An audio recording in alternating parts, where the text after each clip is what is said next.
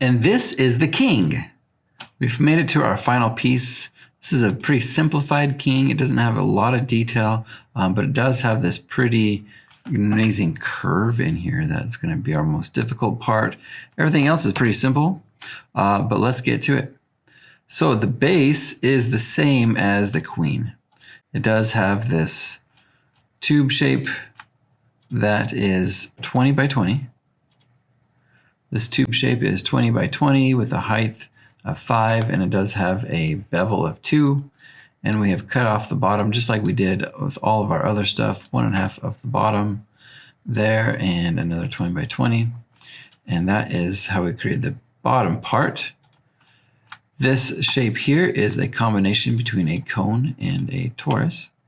And the torus being 20 by 20 with a height of about 3.5. And the cone having a top radius of 0, base radius of 10, and a overall height of 9.84. We then moved on to the ring at the bottom, and this is a pretty simple ring, 16 by 16 in diameter with a height of 2. And it does have this interesting shape. This can be customized any way you really want. I just kind of have a pointy triangle. And that leads us to this guy.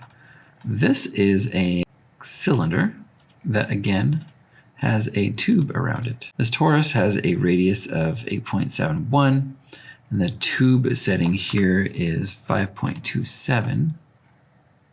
But we've distorted this a bit.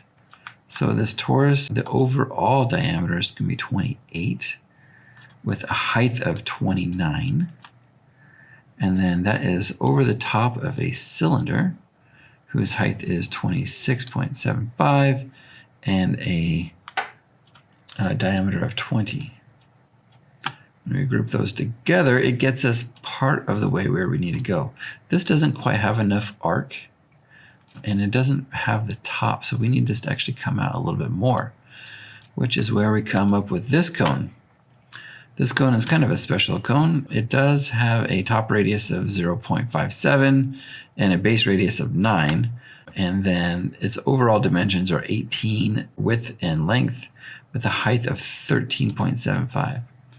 So really what's going on here is that I have taken these two shapes, and although I couldn't get the arc out of the tube like I wanted to because it just doesn't quite do that, the goal here is to create an extension of this arc using that cylinder. And the way to do that is to take a regular cylinder and kind of squish it.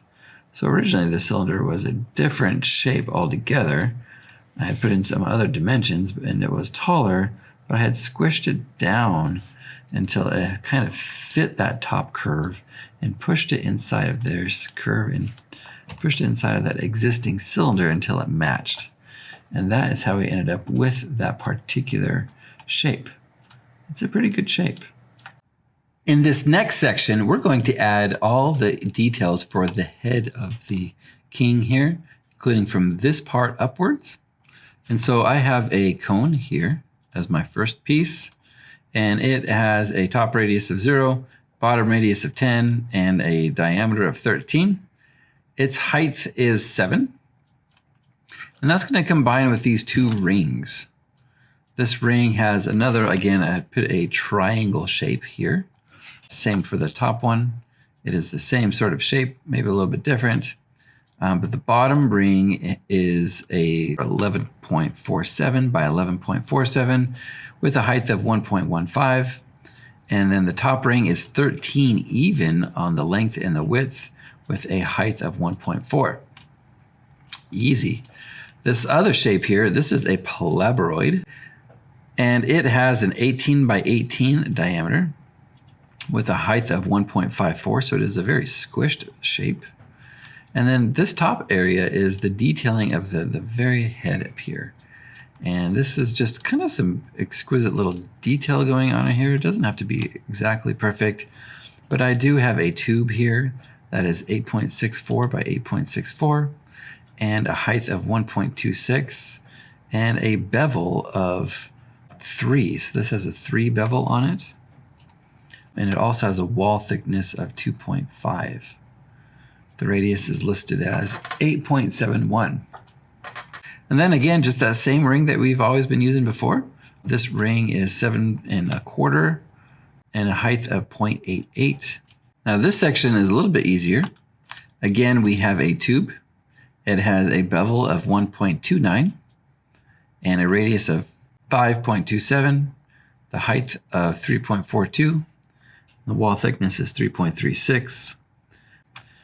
This is a cone, and the cone is upside down, but its height is 3.79, the top radius of 0.32, and a base radius of 10.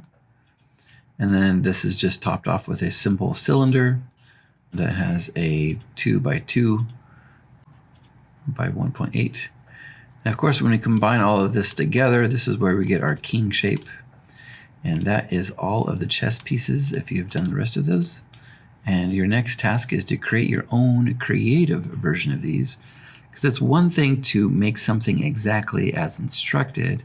It's another to utilize the tools in a way to make your own thing. Because that's how you show that you know the tools and all the parts and the pieces, and you are able to utilize it in a different situation. So go ahead and make your chess. We'd love to see the results, and good luck out there.